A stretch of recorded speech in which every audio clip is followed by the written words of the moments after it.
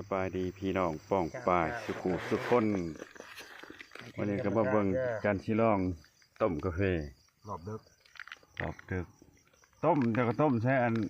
กระตุกน้ำมันหวานมันวะโอ้น้ำเป๊ปซี่นี่แบบนี้โอ้น้ำเป๊ปซี่แบบนี้อย่าเอามาเหมือนโฆษณาเขาต้มแล้วมันเฮลแบบนี้น้ำกึ่งตุกเด็กกาแฟ3 ช่องพี่5 ช่องหายต้องหันป่ะจะค้นมาตรงกัน4 คน4 ช่องยัดลงนี้หน่อยตอนนี้พวกเขาก็อยู่ยังเขาเอิ้นแกงยังอยู่เลยแกงเหย้ามาน้ำหัวหน้าอบต.เพิ่นโหทวดใช้ใจว่าการอึ่งมาอะไรก็บ่มีอึ่งห้องดอกพี่น้องยังบ่ได้อึ่งได้เช่นดอกกินกาแฟเลยมากันมื้อโอ้ยกูใหญ่น้ำทิมกันนะ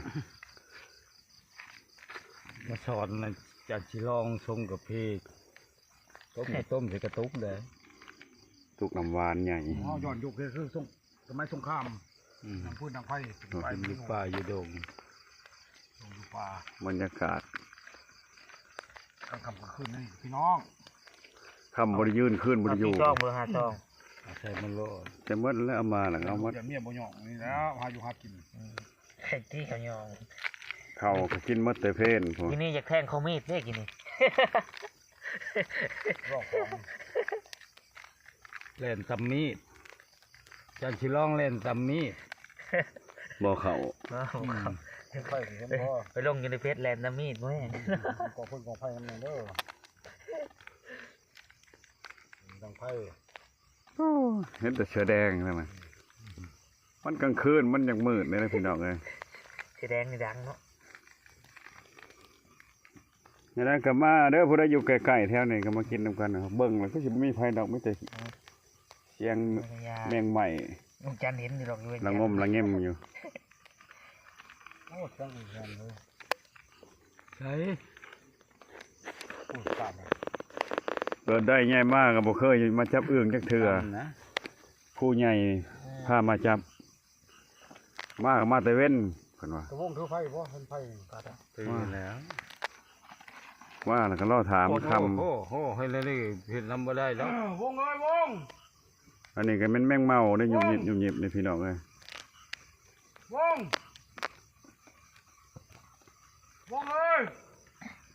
เอ้ยหาพี่หาน้องทีมงานป่ะทำผู้สัญญาณพี่น้องป้ากระตุกต้มน้ำหักเนาะงอจะคือหมกน้ำเต่านะน้ำตาปุงมาจากอันวันนี้มันเท่าที่กินใช้มันหมดจอกกับผมมีหายอัน